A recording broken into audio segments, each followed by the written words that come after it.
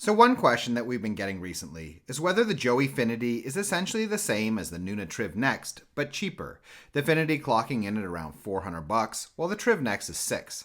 And this is an important question, as looking online, the models seem nearly identical in pictures, while the actual fact is that they're quite different, primarily as a result of weight and size differences, and thus are less comparable in terms of how they'll function for differing lifestyles than one might think.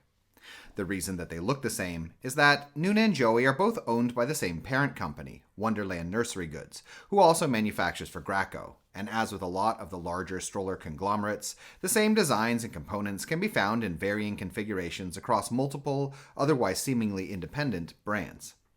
The truth here, though, that one can immediately feel when actually holding these two models is that the Finiti, weighing in at 11.2 kilos and folding down to 68 by 63 by 43 centimeters, is significantly larger and heavier than the Triv Next, which makes it better for being out all day and tackling bumpy ground, at least in the sense that it's stronger structurally, though the model suspension and wheel size are more or less the same, but less advantageous for stuff like packing in and out of the trunk or carrying up the stairs, for example. And as a larger model, the Finiti then is more comparable to strollers like the UPPAbaby Cruise V2, the Nuna Mix Next, or the Cybex Pream on the high end price-wise, or the Baby Jogger City Sights and the Cybex Balios on the low end. It's not the worst mid-sized model out there, but it's also not the best, and there is, in my opinion, very little to distinguish it from a whole slew of similar competing models, other than maybe that you can save $100 or so.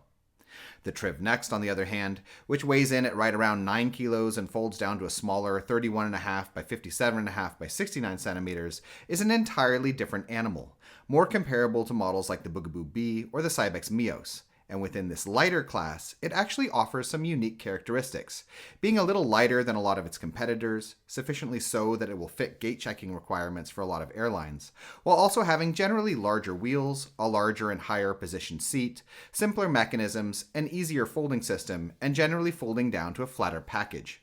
It is definitely weaker feeling than the Finiti, and would not be the model I would recommend if you live in a city with cobblestones, for example, and get around without a car, though frankly the Finiti wouldn't be my first choice for these conditions either. But it has its niche for other lifestyles, such as in particular, heavily car-oriented American suburban life, where it can often fit just right.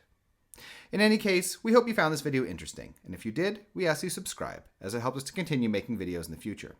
In addition, if you're currently shopping for a stroller, we have a buyer's guide on our Patreon page which lists a wide range of models that we recommend, with a lot of technical and lifestyle related information. You can find it by following the link in the description. Thank you.